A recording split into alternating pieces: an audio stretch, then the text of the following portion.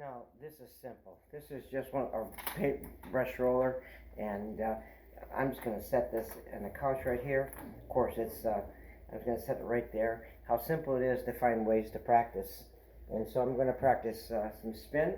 And so in this case, I'm just going to practice here like this. I'm just going to practice brushing up, okay, or rolling up, you'd say. Okay, I'm seeing a lot of kids want to go like this, and it brings the ball down faster. But brushing up like this, okay, and it's a roller, so you better say rolling up. If with a brush, we'd say, you'd say brushing up. But here we're rolling up a roller, okay, and so paint roller, and it's going up. How simple this is, something like this. And so as you practice your backhand this side, you can also practice your left hand forehand. It's always good to practice ambidextrous. And so just something simple like that. Say if you all want to stretch a little bit or get a little exercise at home, practice swinging, shadow swinging, you could do that. Practice, with a little device like this. It's not expensive. I mean, people are going out and buying all kinds of expensive equipment. It's nice when you're on the court, or it's impressive for the students, but the students want to make something easy. Here's something easy. I just put the paint roller with the attachment in the couch there. It stands up nice. It's not, and I can just practice brushing up in the ball. So if you're serious about tennis, then you find ways that you can practice. And here's a great way of practicing. Okay, remember that when you're hitting the backhand or you're hitting your stroke, it's coming from low to high. It's a lifting motion. It's the letter C, as they say. It's going up a Ferris wheel. Think of the roller as like a bike wheel where you press up in the ball, and as you brush up, the ball's going to go down. And so you're practicing like this.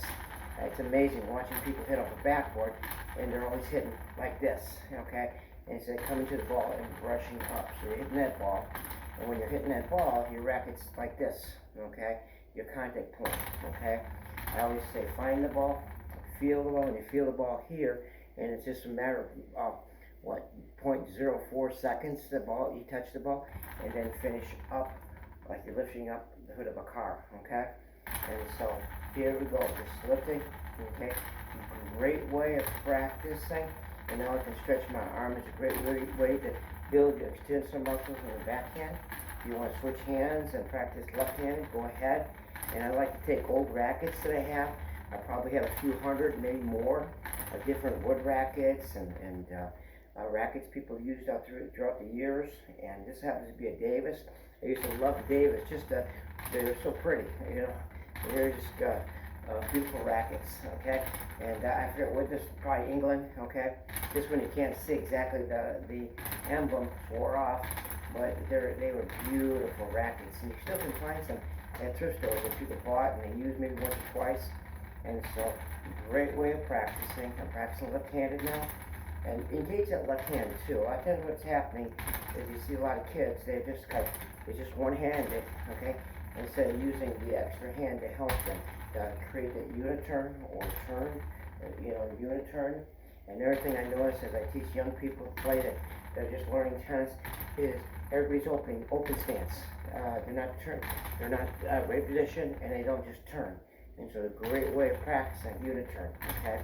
And so this is a great way of practicing, and so I encourage you to find ways to practice. Like I said, it's simple. It's just a paint roller. I put it in the couch, slid it down. It's not going to hurt. If you hit anything, you put a towel in there because you don't ruin the furniture, maybe. Get permission, and or if it's your house, you really don't care that much, it's okay. But your wife might care, okay? If you're single, it don't matter, okay? You do what you want, okay? And so here's a great way of practicing, okay? And if I want to, I can switch it this way. I can go forehand this way.